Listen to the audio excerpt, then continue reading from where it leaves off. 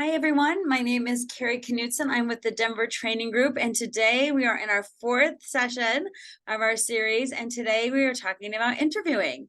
I'm Carrie Knutson, your host, and I'm glad to be here today. I want to just review what we've done before. You have had two sessions with Dr. Shannon Andrus, and she covered resumes in one of the skill building courses, and then she covered cover letters. And then you're with me today, Carrie Knutson, and last week I covered networking, and today I'm covering interviewing. And all together, these four topics make up what we're calling your steps to succeed. They're a four-part skill building series that we're hoping give you some ideas as you're applying for internships and jobs, to give you some tangible tools and ideas to help you be really successful when applying. So that is the goal. And you may have some questions now about interviewing, so I hope to cover them today. One of them is like, okay, what exactly is an interview anyway? The second one is, what are the different kinds of interviews that I might have? Then I'd like to talk about, how should I prepare for an interview? What are the things I need to do to get ready? And what kind of questions will they ask me is a very logical thought after that. And what if I'm nervous? Everyone gets nervous. That's okay. There's some ideas around that. And then the last question people usually have is, what happens at the end? What do I do at the end when I'm done? What happens? How do I leave gracefully? What's the follow-up? So if you are interested in any of these questions, I have some answers for you or some thoughts. So you're in the right place if you're looking for information about that. So let's get started real quick. So first of all, what even is an interview, right? What is it? And when we think about this idea of what's an interview, people kind of get stressed out because I think it's like a performance, or I have to be someone I'm not. And really all an interview is, really all it is this idea. It's a process by which an employer just determines whether or not an applicant is suitable for a particular job. It's a good fit or not. It's not like, am I worthy or not? Am I a good person or not? It's like, does what I have to offer at this point in my life match with what someone needs? That's it. So we don't have to build it up too far in our heads. And really, when you think about an interview, it's a really good way to connect with people in your industry. It's a good way to practice that. It's also a good way to share information about jobs that are out there and about yourself and how it might be a good match. It's all about communicating different needs, different interests, and then it's just seeing if it's a right fit. Some things are a great fit, and you know that right away, and other things are like, oh, I'm glad I came to the interview because this is actually not what I thought. It's not a good fit. Okay. So, and sometimes when we think of interviews, we think, oh no, I have to I'm going to be grilled by some guy behind a desk over every part of my resume, or I'm going to be grilled by a couple people and I have to be really nervous about the whole thing. And it's about me proving myself. And I just want to, I guess, take the temperature down a little bit with thinking about how most interviewers really are psyched to meet the applicant. They want you to succeed. They want to hear about what you can bring because they want to fill the position. So when you think about your own interviewing, it doesn't have to be so stressful. It could be relaxed. It could be engaging. It could be relational.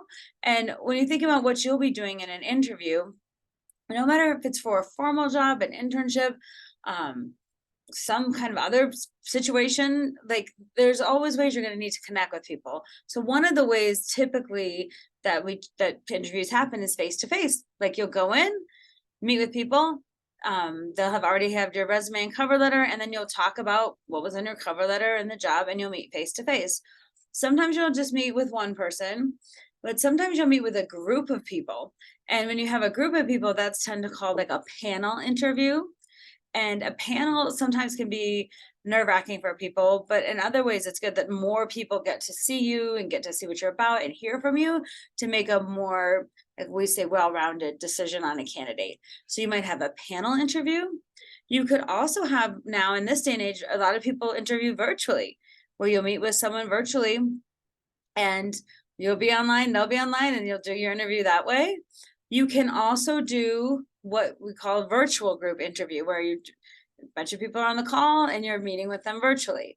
So you have to prepare yourself. Like you could be showing up to any one of these things. And what you want to think about is the idea of like, how do I have confidence in a lot of different situations to express myself, show up as my best self, let people hear about me in the interview? How do I set myself up for success? And that's what we're going to talk about today. Also, the one thing I want to like bring up that I don't want to forget too is that sometimes you will have an old-fashioned phone interview. That some people will just be like, let's talk on the phone and just see what it's about. And usually these are done for screeners, like to make sure, like, is this person a good candidate? Yes or no. So they may not want to invest in the full bringing you there or the Zoom call, but they want to call on the phone to see like if it's worth going down to the next level, so to speak. So you could definitely still have a phone interview as well. So usually the four kinds of interviews that you should be familiar with are, when you think about the types of interviews you might show up to, typically we think of the traditional one. That's one of four is the traditional. And in the traditional interview, the interviewer asks the candidates just straightforward questions, basically based on their resume, or like on things that like, okay, here's the job description. How does your resume and your experience match that? And it's just very straightforward questions specifically about the job. Then there's a screening interview. And for the screening interview, it makes sure the candidate meets the basic requirements. Like I was just talking about the phone call, it's kind of a yes, no basis. And people might use the screener interview when they get a lot of candidates and they need to decide real quick who they want to follow through with interviewing with, and they need to make some baseline decisions. So they might do a screening call, which is basically like, do you have the skills or the things we need to move forward with the process? You might be involved in what we call a behavioral interview. And these are really interesting because in a behavioral interview, we're determining the candidate's past behavior and how it influenced future performance. So in a behavioral interview, the questions are not as straightforward as they are with the traditional one. They want to see how you think on your feet. They want to talk about your past experience, how it could help here, not necessarily how you're qualified for the job, but how your experience and what you've done and how you would apply that. So that's what we call a behavioral interview. And then finally, we have the group interview, which is an interesting kind of interview situation. And in a group interview, sorry, my computer went a little fast there. In a group interview, you look at how the candidate stands out from or relates to their peers. So in a group interview, there might be like 4 or 5 of you, and the interviewer will give you a task to do together and then observe you or ask you all a similar question and see how you relate. Usually in a group interview, the person's trying to see do you show up to leadership, but also are you a good follower? When do you step up? When do you step back? So that's another kind of interview. And it's not as common as the other ones, but it's definitely a thing. So I wanted you to know about it in case you're ever in a group interview, then you can know. Usually people try to like, now I should really show up as a leader, but sometimes in a group interview, you need to know when to follow and when to lead. So they're looking at all kinds of attributes that you might contribute to a company or an organization in a group interview. So those are the 4 kinds of interview situations you might find yourself in. And it's hard to know. You can't really know beforehand. Like, is this going to be a traditional? Or are you going to screen me or behavioral or group? Unless they tell you you'll be part of a group interview, or we're just screening now for these skill sets. It's hard to know if you're going in traditional behavioral because usually people don't prep you for the interview. So you have to be ready yourself. And part of being ready is really knowing, why me? No matter what interview scenario I'm in, why me? What makes me special? What skill sets do I have? Why out of all these other people should you pick me? And some people have a hard time talking about themselves because they feel like it's braggy or ego based. And in normal life, we'll call it that can be true. But in an interview setting, people want to hear from you. So you have to think about, why me? What am I good at? What skills do I bring? And you have to have that, I call it priming the pump, where you already know. So when you're asked something, you're not like, oh my gosh, what do I don't know. You don't want to show up like that. You want to show up ready to go. And so part of this is creating some ideas for what you can say in advance so that you don't have to think of them on the spot. So when you think about how to prepare for an interview, a lot of people are like, I don't know, how do I prepare? So I'm going to give you some ideas for that so you can show up with some confidence. And remember, in our last session, we talked a little bit about the confidence trap. And the confidence trap is this: I'll be confident when something happens, and that thing that happens will give me confidence. Sometimes you have to show up with confidence, enough confidence to take an action. Then that action that you take builds confidence. then you have that confidence to take another action. So it's kind of circular. So when you're thinking about preparing for an interview, part of building confidence is the action of preparing for an interview. And there's some really great, easy ways to prepare. And what I call this next part is like the rabbit hole of for preparation. And I like this visual so much because it's just a never ending staircase. And you could be like, should I research the company? Should I look over my resume? Should I create some template? Should I do the history of all the companies I'm looking for in physics or whatever you think? You could go a lot of down different rabbit holes, and like, how do we get to the light? How do we get to an entry point? And so I think about keeping it really simple. Start with the simple stuff. And the most simple thing when preparing for an interview is this: research the company or the organization.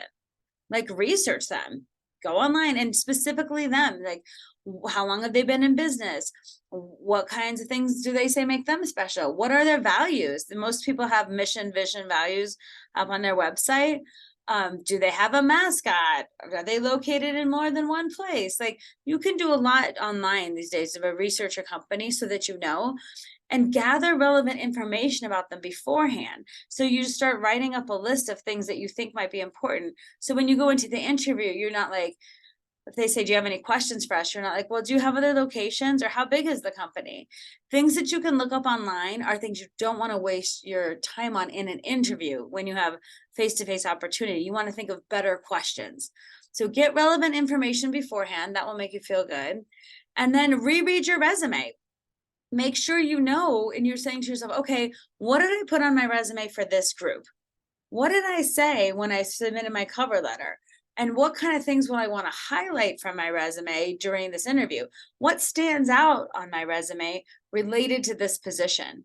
So you have a lot of things on your resume, but maybe for this particular job, what the job description said, you can be like, oh, I want to make sure to highlight this as a way that I can show that I have experience, or that I'd be good at this, or this is my, area of focus.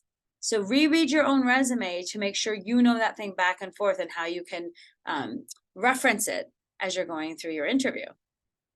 Also look for problem areas. And when you think of problem areas, it could be, you look at your resume and on the face of it, you don't see any problems, but someone else might be like, hey, what's this gap in your experience here? Or it looks like you left this school and went to this school. Or it looks like you had a career totally different from the one you're pursuing now. Based on, I see a lot of retail here, and then all of a sudden quantum physics. Tell me about that.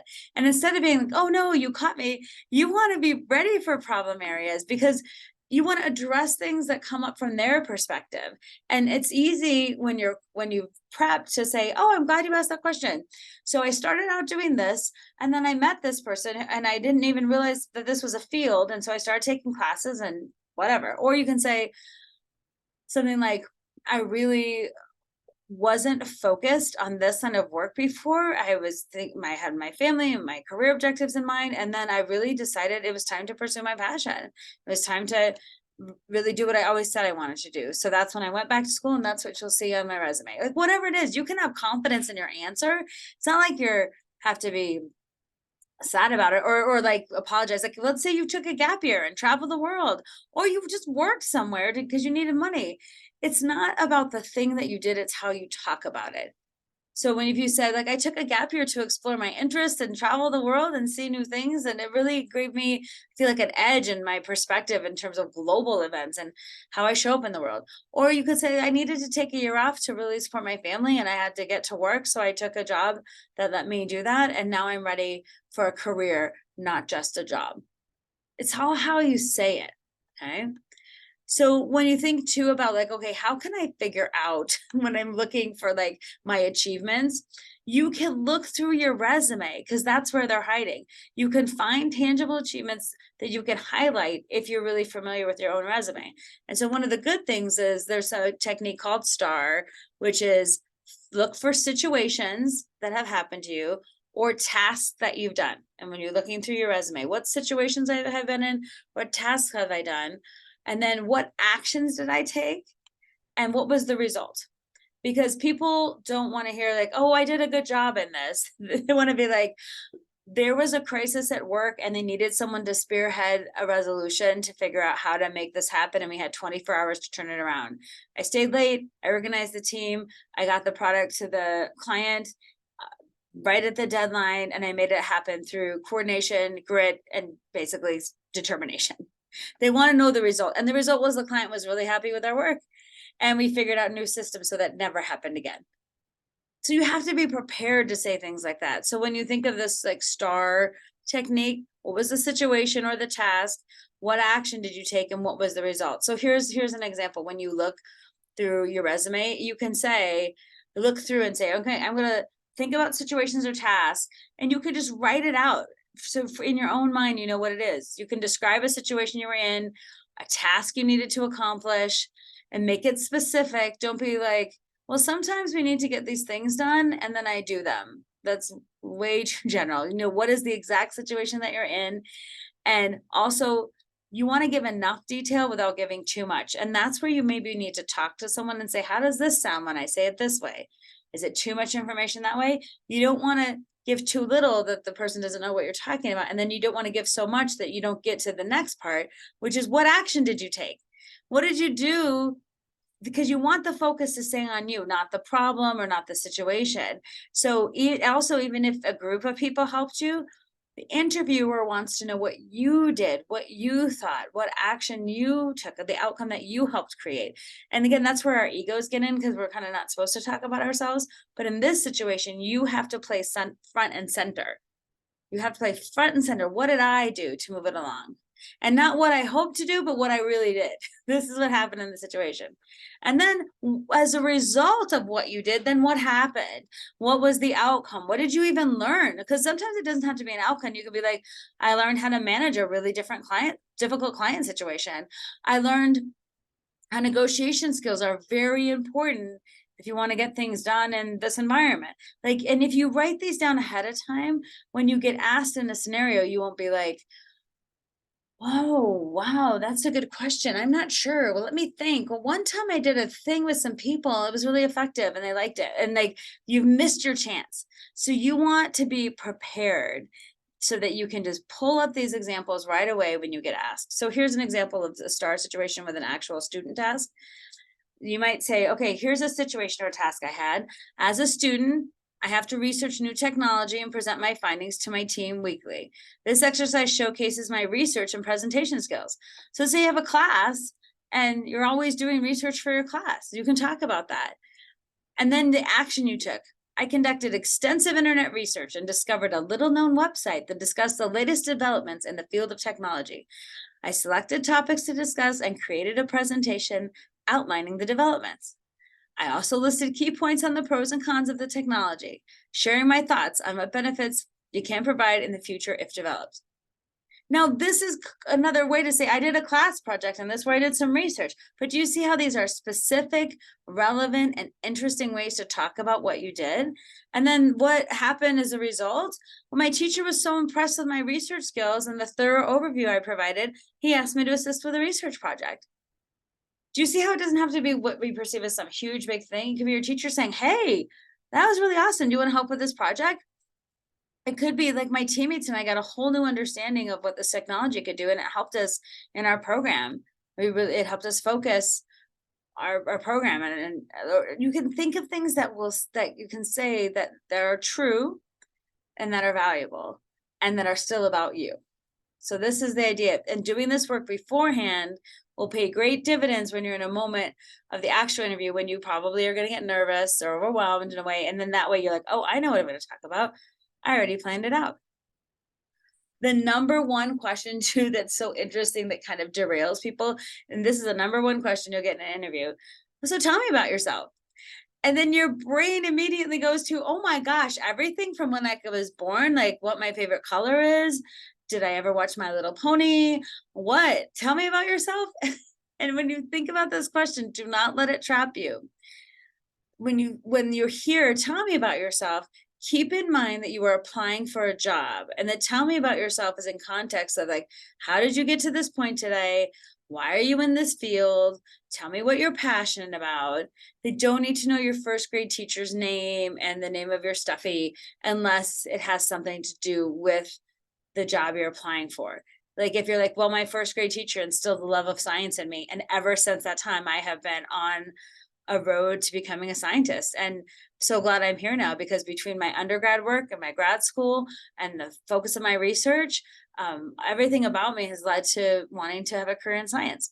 I also like to ski and do mountain biking, right? Like, you have to think of what you're going to say before you say it, so that people, it's succinct enough, but it's also enough information about you. So it's always treading the fine line.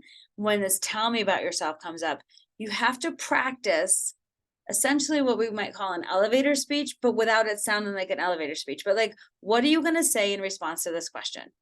And how does it relate to the job you're applying for? And this is a big trap.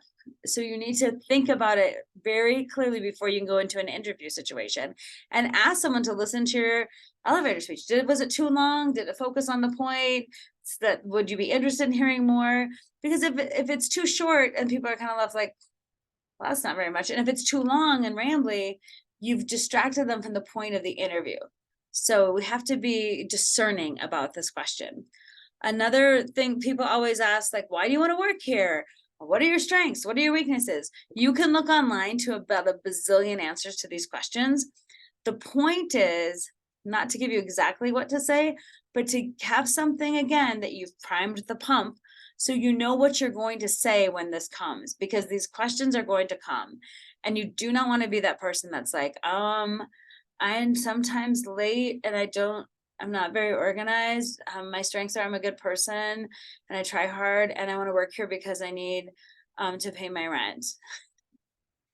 First of all, the way I said that isn't compelling. What I said isn't compelling and memorable. And you have to think about why. Everyone wants to feel special. So when you say, why do you want to work here? You want to be like, because your company is top notch in the area that I want to work. I feel there's room for growth. I feel excited when I see what you're putting out. I'm so hopeful that I could be part of this amazing team that I see putting things out there in the world that make a difference. Do you see the difference between that? And so you want to be that person that knows what you're going to say ahead of time. And when you get what we call behavioral questions, you also want to be prepared to think outside your resume box to questions like this, because you might get asked a question like, give me an example of when you've been part of a successful team. And you don't, again, want to have to be like, have I been a part of a team? You want to have some of these ideas in your head ahead of time, right? Also, tell me a time when you've been disheartened with a task. And these kind of questions, you don't want to go to the negative, because you have to remember, people know people and might talk. So if you said, well, I've been disheartened with the task because the last group I work with over at Samsung and Company, full of a bunch of incompetent people who didn't know what they were doing. And guess where your interviewer came from, or guess where his wife works, or guess where whatever is, right? So you want to keep it positive and keep it about you. And you could be like, I was really disheartened when I felt like I couldn't achieve the task in time for this activity, but our research needed more time to be complete. So it was a question of, can we get it done in time, or does the research need to be complete? At the end of the day, we chose that, but no, it was the right thing, but it made me sad. It was disheartening. So you can still be honest and answer the question without disparaging other people or yourself. Also, give an example of when you've dealt with a conflict. You want to be really careful that you don't use names and you don't say too many disparaging things. You want to keep it on yourself, so that, because you don't know who the other person knows, and you don't want to be seen as a person who's like, oh yeah, conflict, I got 20 stories about that. You want to be confident in your answer and to the point without disparaging other people. And you could talk about conflicts that are more neutral, like a conflict about an idea or a conflict about a process, than a conflict about a person or a person's values, because those are harder to talk about. Tell me about a time when you overcame a great challenge. You've definitely overcome a great challenge in your life, and you should know that before you go into the interview. Think of like, what challenges have I overcome personally and professionally? This question is a good opportunity to go maybe outside the work world and talk about that. So you want to be, again, priming the pump for, I could get any of these questions and I want to have some things ready to go, so I'm not having to think on the spot. Also, there are what we call the surprise questions, when you're like, surprise, what are you actually asking me this for, right? But you can't say that to the interviewer, because surprise questions are meant to throw you off your game, to see how do you handle a situation where it's not what's expected? How do you show up to manage that with confidence and humor and lightness, or with rigidity and like, this isn't how I thought it was going to go. So an example of a surprise question could be something like this: what's the last book you read? And you'll be like, what are we talking about that for, right? But then, what's the last book you read? Or I got asked this once, which is why I put it, how many basketballs do you think would fit in this room?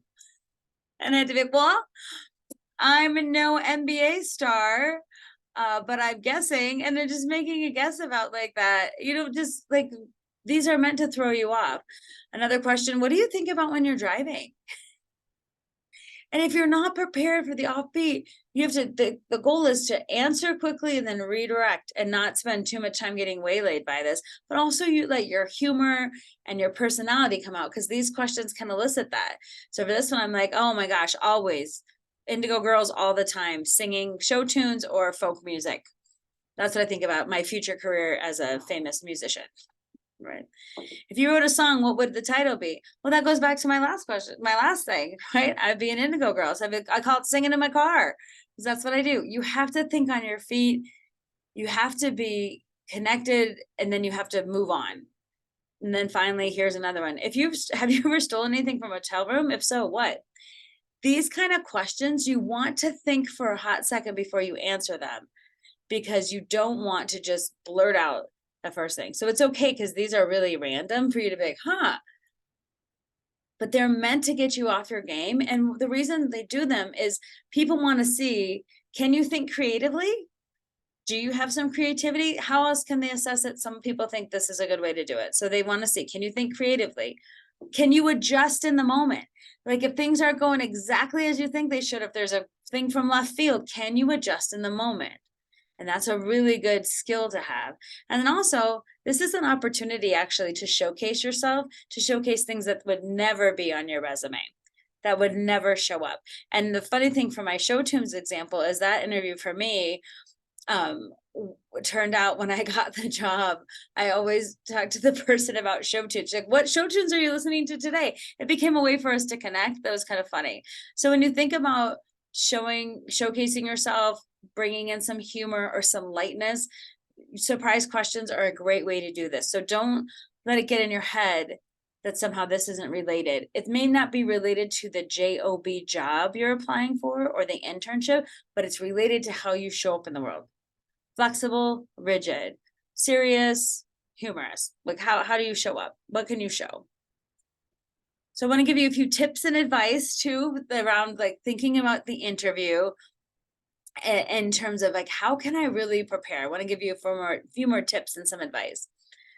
So one of the biggest things you can do is listen really, really carefully when the interviewer speaks. Like be listening, not for what you think they said, but for what they actually said. Because sometimes they'll trip you up, or sometimes there'll be a hard question. And if you didn't really understand it, the best thing you can do is say, like, I'm not exactly sure how to answer that. Can you say the question one more time? Or I want to be clear. You want to know about my roles, let's say for the past 3 years, or the roles I've had in science, since I started. So make sure you're answering their question, because they're asking it for a specific reason. And if you don't know, just politely say, can I get some clarification on that? Also, before you just jump into answering a question, you may need to pause. You may need to say something like, you know what? That was a great question. I'm glad you asked it. I need to think about that for a moment. Remember how I said prime the pump?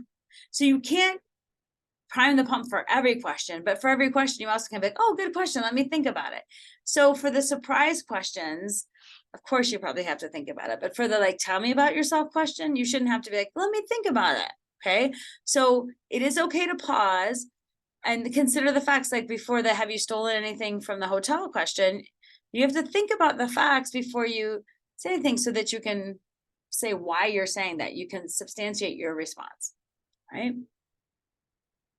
Also, at all costs, avoid being negative. Try to offer positive information, because the negativity comes through in ways that people perceive like, oh, is this person going to be negative at work? Because they're always thinking, could I work with this person? Will this person be an asset to the team? And usually you don't say, oh, I'd like a negative person on my team. Oh, I like a complainer on my team, or I like someone who's not satisfied on my team. Nobody's looking for that. So you don't want to give them a reason to say no by being negative about your former job, about your experience with people, about bosses that you didn't like, about anything. This isn't the space for negativity. It's okay to talk about hard things or things that were difficult, but you do not want to present the face of someone. Your negativity won't help you in the interview. So if you can offer positive information, even about like, why did you leave your last position? I might say something like, for me, I've been there 18 years and I had grown so much from the team there and all my experiences. And I felt really ready for some new challenges. And that environment wasn't what I needed to move on at that point. I had felt like 18 years was a really good contribution to that. And then I was ready for a new challenge. You'd have to be like, well, my old boss was crazy. After 18 years, I was burned out, like you wouldn't believe. And all those people there, forget them. You want to really think about how you're presenting yourself. Also, be direct and concise. And when people ask a question, think, what are they asking me and how can I respond to that? Again, it's always a tightrope between too much and too little, but you want to answer their questions and be concise without being like, yes, no. And you also want to avoid just rambling on or being like the fillers that people use, like, I'm not sure. Oh, that's a tough one. Or like, well, like all those things, those things don't build confidence in, they don't have energy behind them. And again, your interviews, your one shot to really connect with people about how awesome you are. So you don't want to waste it on a lot of rambly things or things that take you totally off track. Like, how many basketballs do you think would fill this room? I don't know. But one time I played basketball, it was pretty fun. But then I hurt my ankle. Man, that was a bummer. And then I was in a cast, and then I couldn't even get to school some days. I had to crutch around. I had a locker on the top, so people didn't even help me with that. I always spilled my books. So it was a really tough time. Woo! You have to focus and make sure you're answering the question clear and concisely and staying focused on the interview. So again, think about that fine line that you want to have between answering the question directly and then being able to move on to the next thing. Also, when you think about communication, it's huge because interviews are all about communication. Like, how are we communicating with each other, right? So when you think about this idea, match your communication style to that of the interviewer. So if the interviewer is more like, let's say, serious and more like matter of fact, and you want to be like, oh, hey, and buddy, you should be more serious and matter of fact. If the interviewer is more like relaxed and like, hey, how are you doing? And seems a little more casual, you can match your style to that. But I always match up to the interviewer, not to you in the moment. So that's your thing. Match your communication style to what they are showing you. Also, avoid interrupting them. Sometimes an interviewer will start asking something. We'll be like, oh, I forgot to tell you this. Or what about this? Like, let them talk, let them run the show, let them guide it. It's their thing to run. So avoid interruptions, and then try not to use jargon in your answers or your questions. And jargon is anything technological or with technology or anything that is used in your field that someone else may or may not know. So if I've said something like, the IEP doesn't really go with the act of the fourth stage, which we're talking about in our funnel system when we do the CTAP, but the B related items might go in the trajectory spot that we're talking about. What did I just say? I don't know, right? But in someone's language, that means something, right? So when you're thinking about using jargon, it's anything someone would be like, what did you just say? Just use the actual words. And then if your interviewer says, oh, are you talking about the IEP? You can be like, oh, yes, that's what we call it too. Like, then you can go with that, but you don't want to use jargon. You don't want to use things that people may or may not know and assume that. It just distracts from you being articulate about base level communication.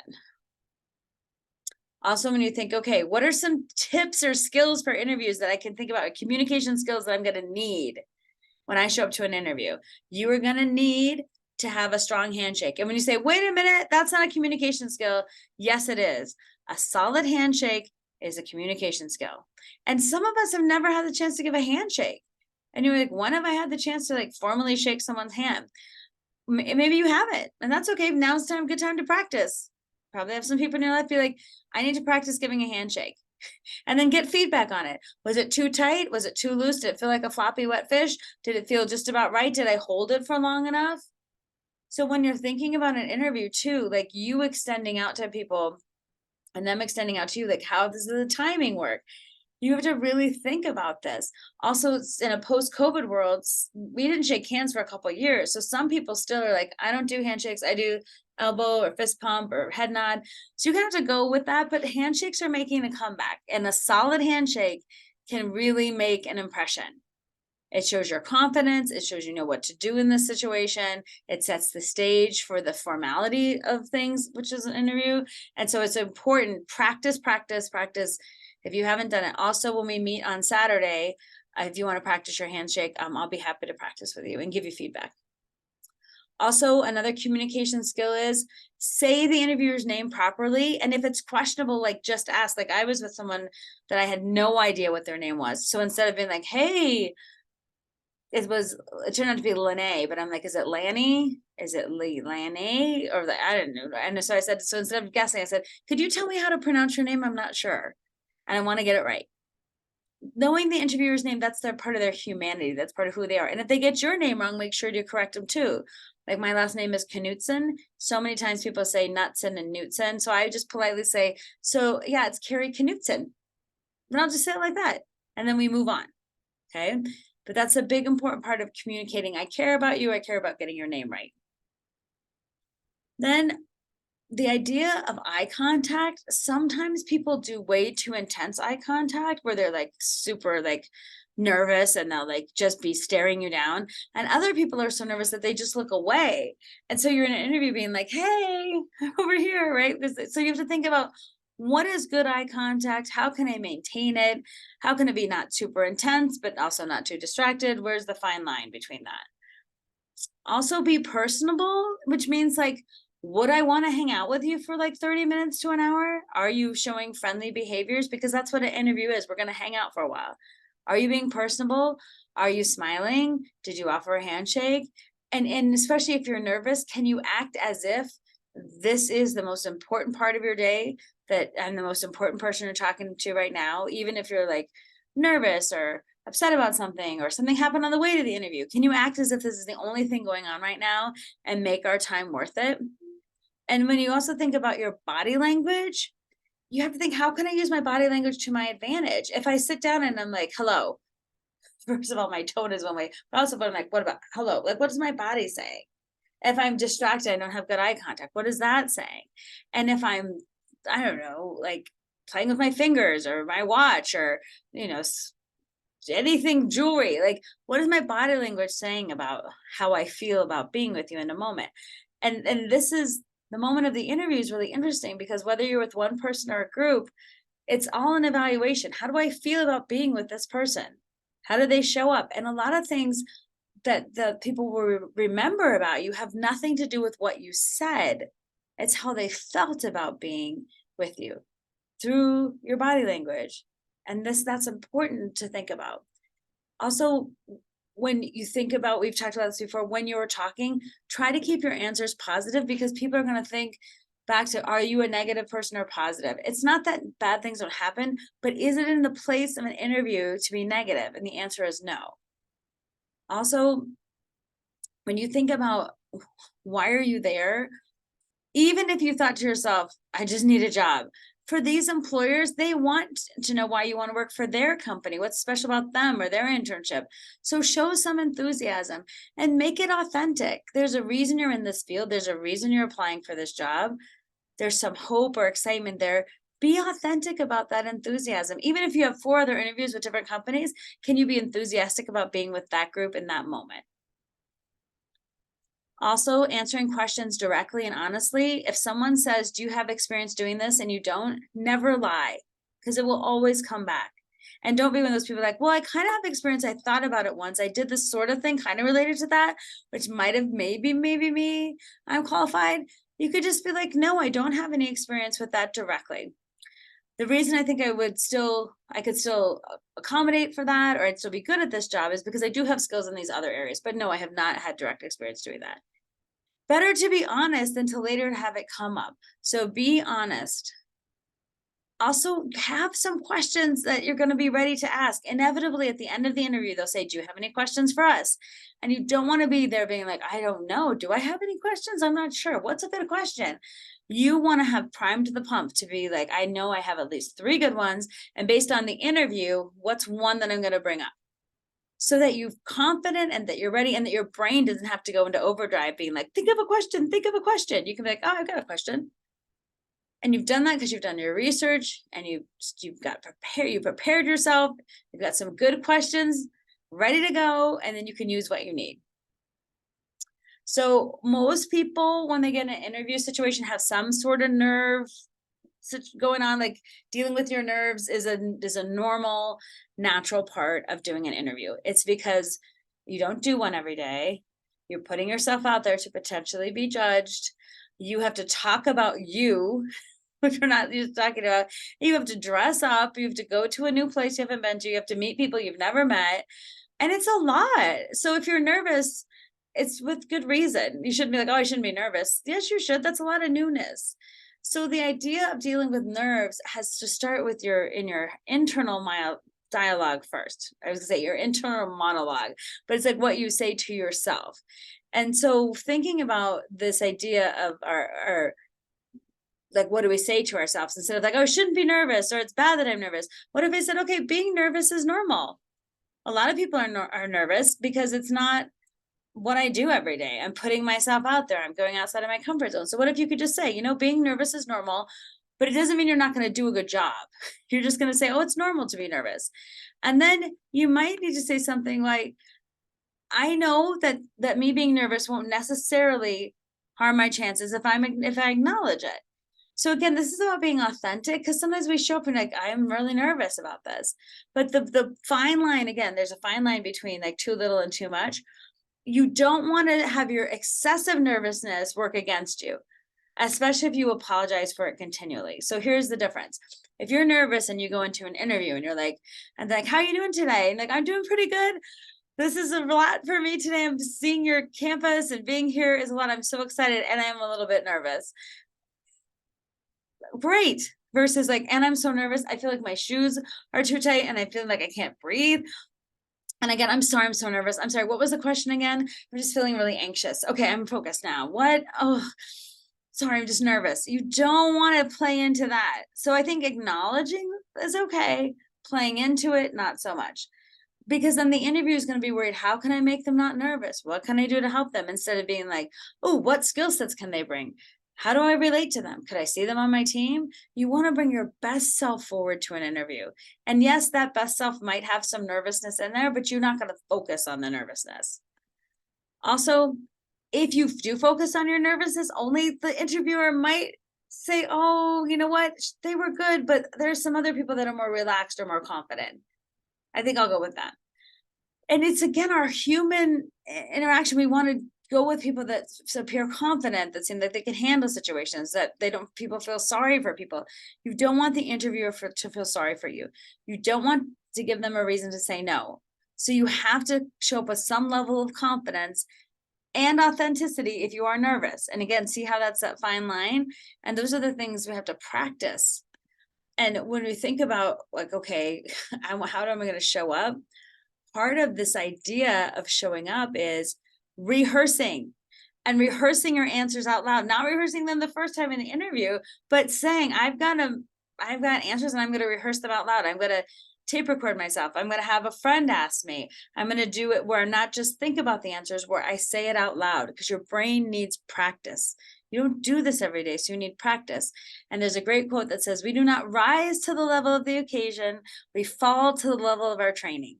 And if you have no training or experience in something, you're going to fall pretty far.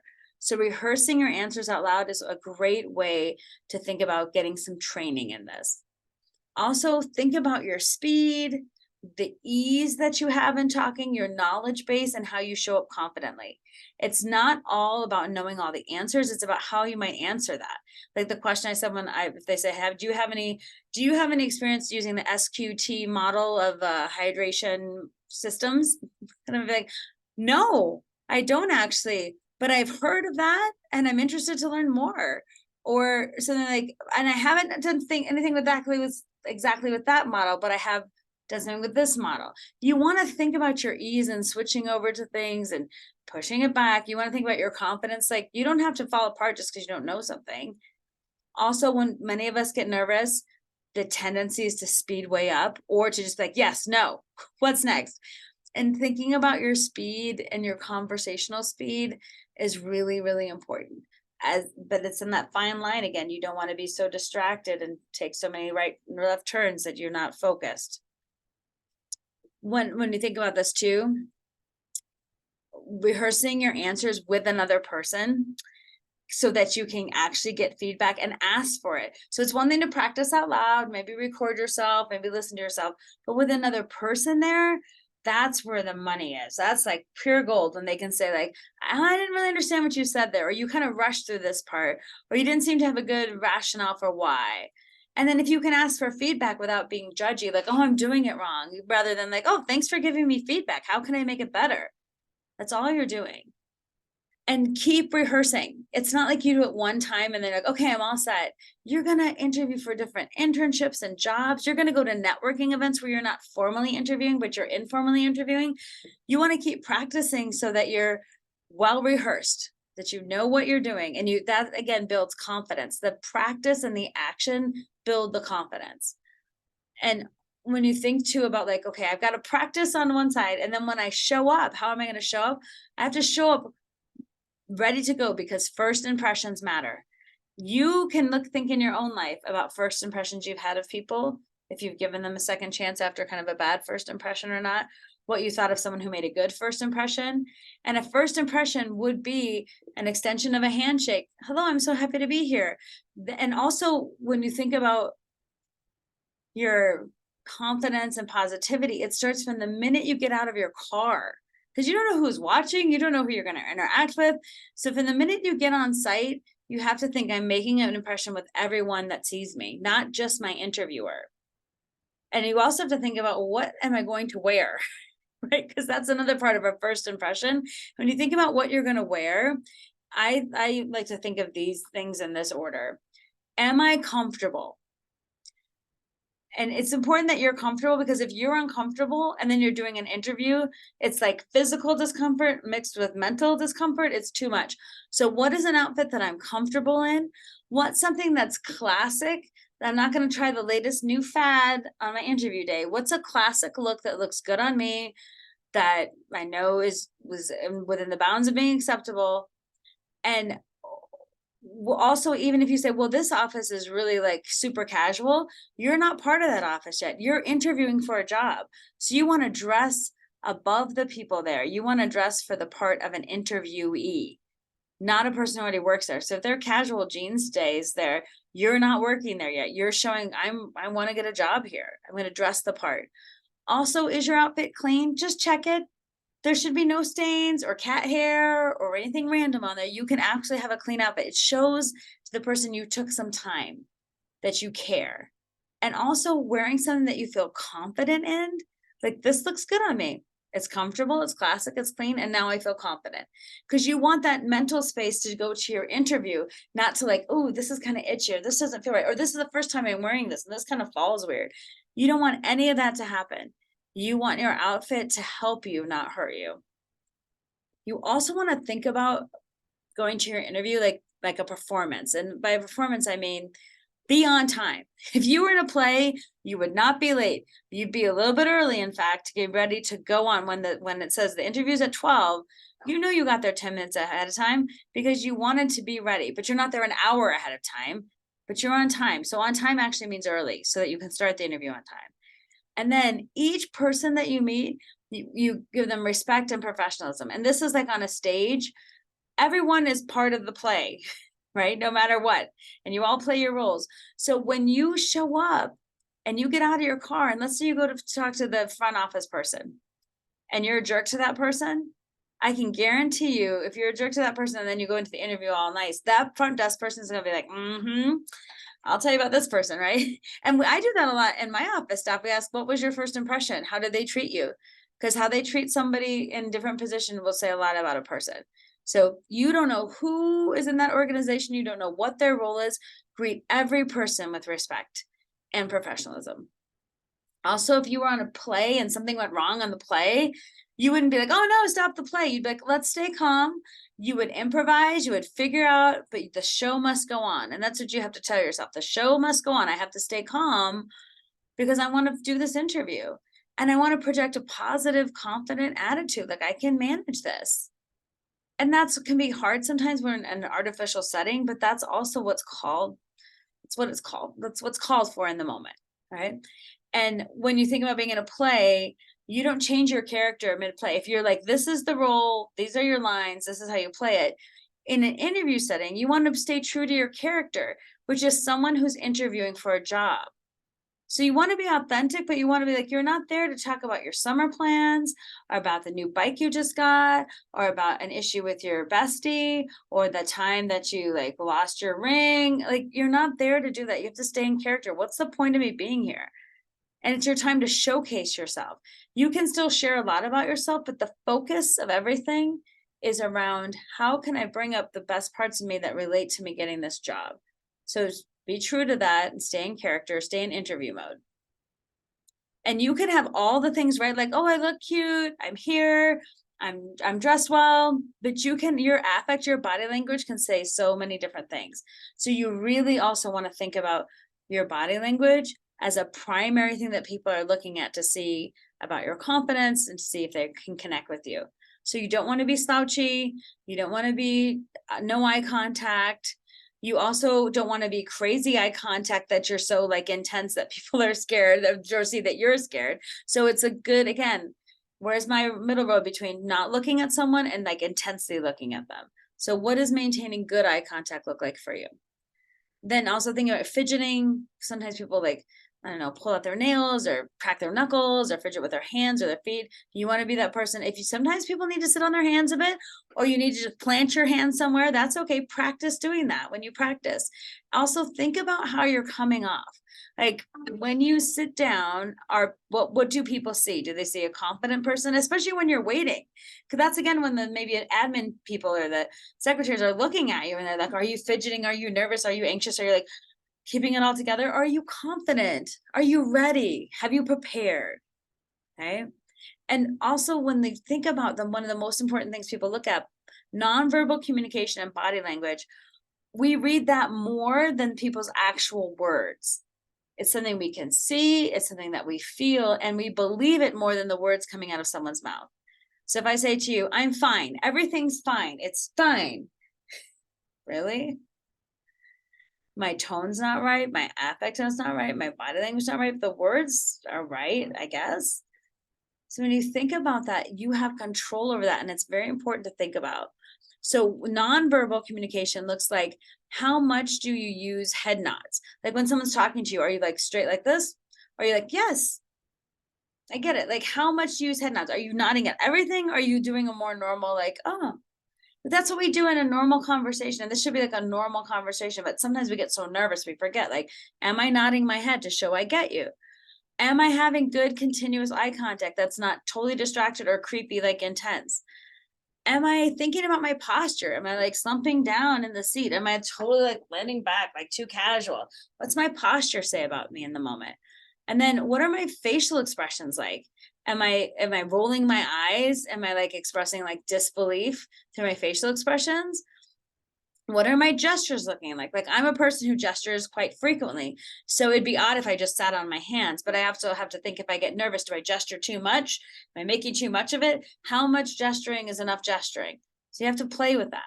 Also proximity. When we think about how close or far we get from people, like sometimes they'll like, when we think about our physical space, depending on what culture we're in and what environment in, we're not supposed to be that close to people. And a handshake is plenty close.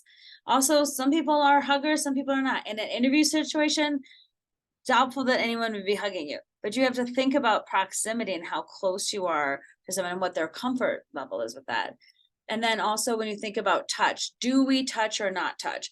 Usually the handshake is the extent of it, but is there other touching involved, like a hug?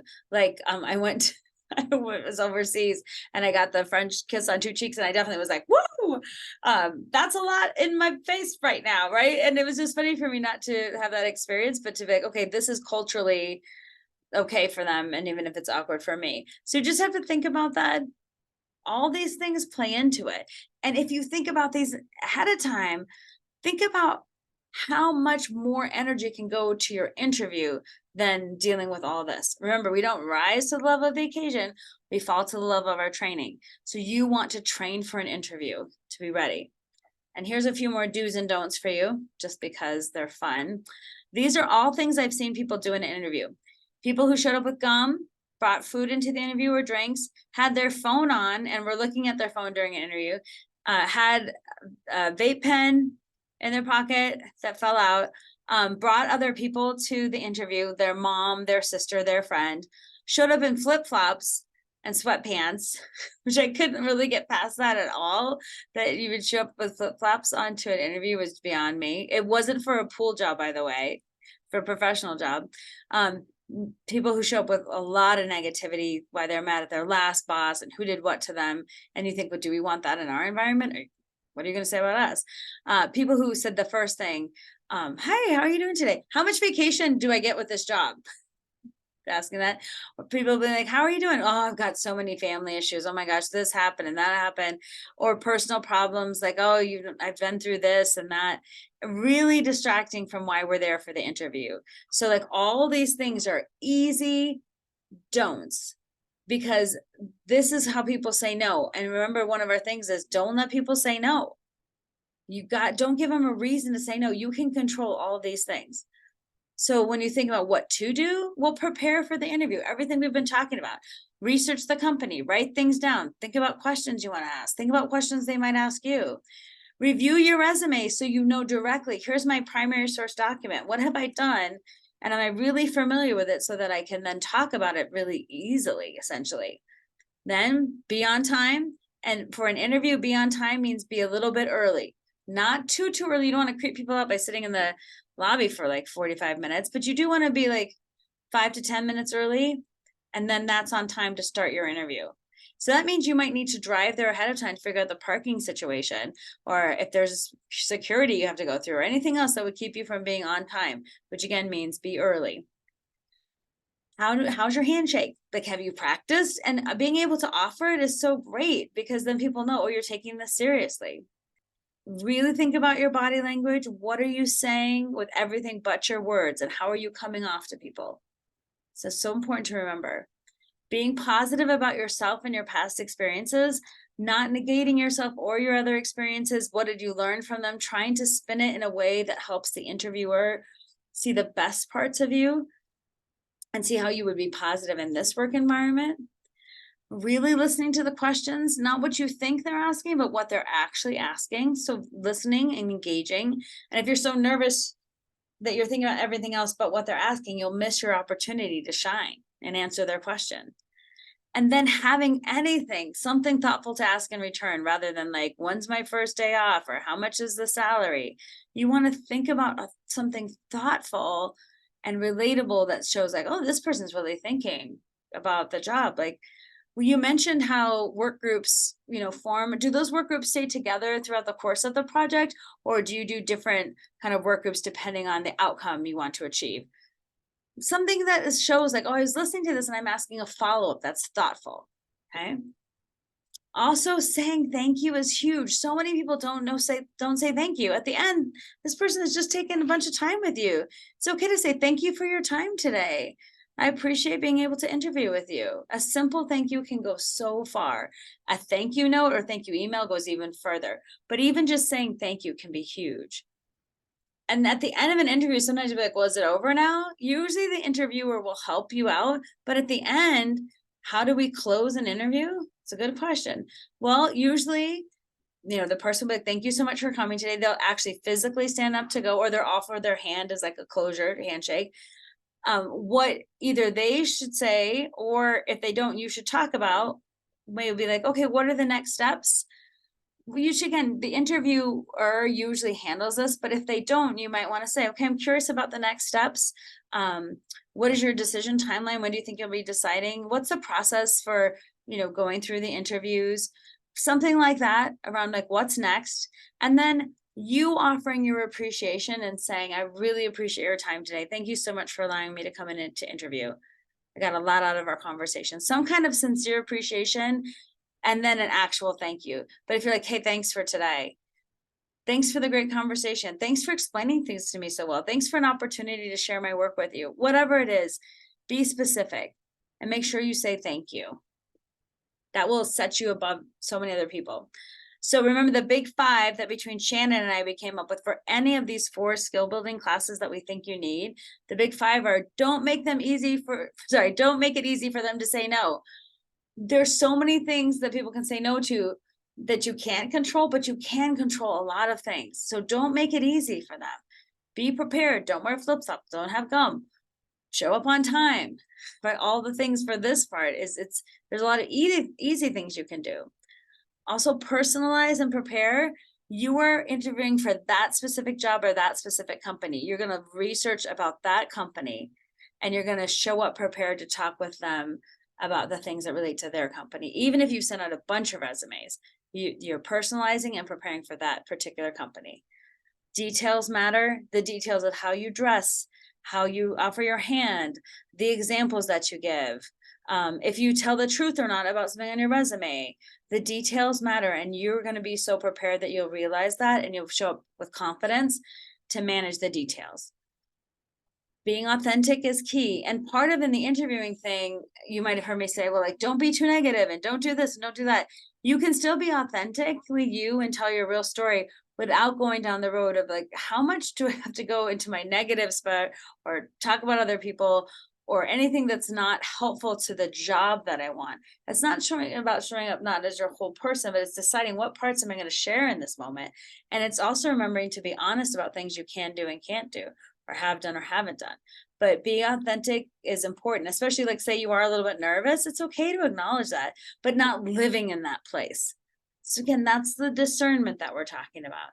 And then avoiding the confidence trap, which means, well, I won't have confidence until I get something to happen, instead of saying I need to take action and then I can get confidence. So in this case, I need to take action towards prepping for an interview and doing the work of prepping for an interview, which would mean research and writing things down, practicing my handshake, talking to a friend, practicing hard answers out loud. Those are actions that will help you build confidence, and those confidence will help you take action. So avoid the confidence track of waiting till something happens to feel like you have to have confidence. Take action and then confidence will follow.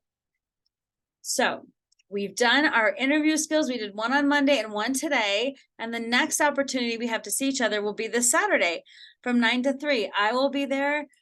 Dr. Andrus will be there.